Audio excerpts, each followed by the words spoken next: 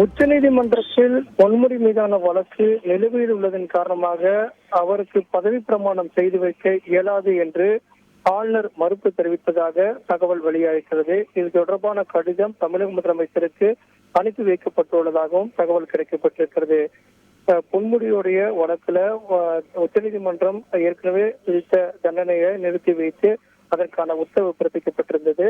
அது தொடர்பாக தமிழக முதலமைச்சர் உடனடியாக ஆளுநருக்கு கடிதம் எழுதி பதவி பிரமாணம் செய்து வைக்க கடந்த 13ஆம் தேதி அதற்கான பரிந்துரை கடிதத்தை அனுப்பி வைத்தார்.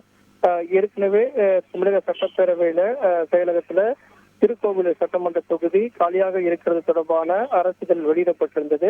ஆனால் அது திரும்ப பெறப்படுகிறது என்பதை உச்சநீதிமன்றத்தினுடைய நகலை பெற்று அதற்கான நடவடிக்கையிலும் எடுத்தது. இதன் காரணமாகத்தான் மக்களவை தேர்தலும் இடைத்தேர்தலும் அறிவிக்கப்பட்ட அந்த தினம் விலங்கோடு சட்டமன்ற தொகுதிக்கு மட்டும் இடைத்தேர்தல் அறிவிக்கப்பட்டது, திருக்கோவிலூருக்கு அறிவிக்கப்படவில்லை. ஆனால் பதவி பிரமாணம் செய்து வைத்தது தொடர்பாக தமிழக தலைமை தேர்தல் அதிகாரிகளிடம் விளக்கம் கேட்ட போது அதற்கு குறித்து தேர்தல் ஆணையத்தினுடைய அறிவுரையை பெற்று நடவடிக்கை எடுக்கப்படும் என்று தெரிவித்திருந்தார் தமிழக தலைமை தேர்தல் அதிகாரி சத்ய பிரகாஷ் சாஹூ.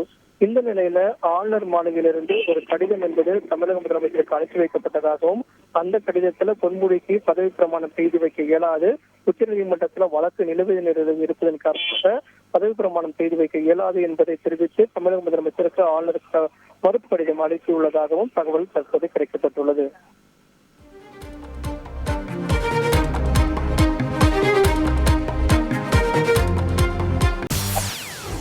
செய்திகளை உடனுக்குடன் தெரிந்து கொள்ள உடனே சப்ஸ்கிரைப் பண்ணுங்க.